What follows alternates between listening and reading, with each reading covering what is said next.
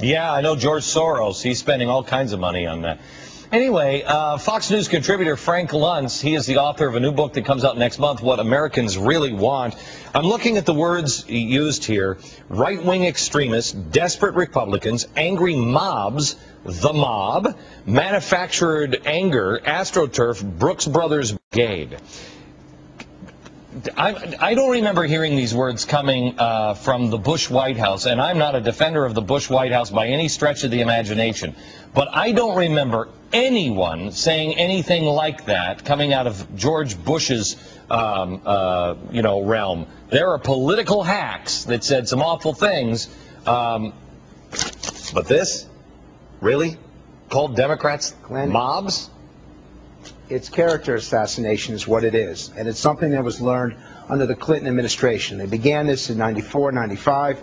We saw this with the whole Monica Lewinsky thing, when anyone who said, hey, what happened here, if you challenged the Clinton administration, they went after you, they went after your family, they went after your business. It's a viciousness that you see on the left. There is a, but you know what, there was, I mean, look, I'm a political talk show host and anchor. I have said vicious things. That's different than the administration coming out and saying these kinds of things. You have an official endorsement of this kind of talk is dangerous in this country, is it not, Frank? But this is what happens when there's no accountability. The Republicans are so weak in Washington that it is so hard for them to hold the Democrats accountable. And the American people are legitimately afraid. They're scared that they're going to lose their freedoms. They're losing their economic freedoms over the past 6 months, and now they're afraid that they're going to lose their health care freedom, and that's what generates this passion that I've seen all across the country. So, Frank, help me out. You've been to these town halls, right? Or you've been to some of these meetings? Have you not? I've been to the town halls, and even better than that, Glenn, I've been doing focus groups across the country. Okay, tell me. You don't have to have a town hall. Yeah, tell me this. You notice the people who are angry, are they GOP supporters? Because the people that I personally know, they're just as pissed at the GOP, if not more. The angriest people are actually those who define themselves as independent. Yes. Neither Republican nor Democrat. They call themselves conservative, but that's because they just want to protect the freedoms that they have right now. And for the comments of people like actress Janine Garofalo, it's hateful. And it's awful to use that word, Glenn, but what's coming out of the White House, the language that they are using, and that you see also occasionally from L.A., is pure hate. Okay, so that is one of the great disappointments. You know, here's the thing. I said all during the buildup of the war, after the war, you have a responsibility as an American to speak out. That doesn't mean I have to agree with you. I strongly disagree with Susan Sarandon and all these pinheads, and I have a right to say that. They have a right to say that about me.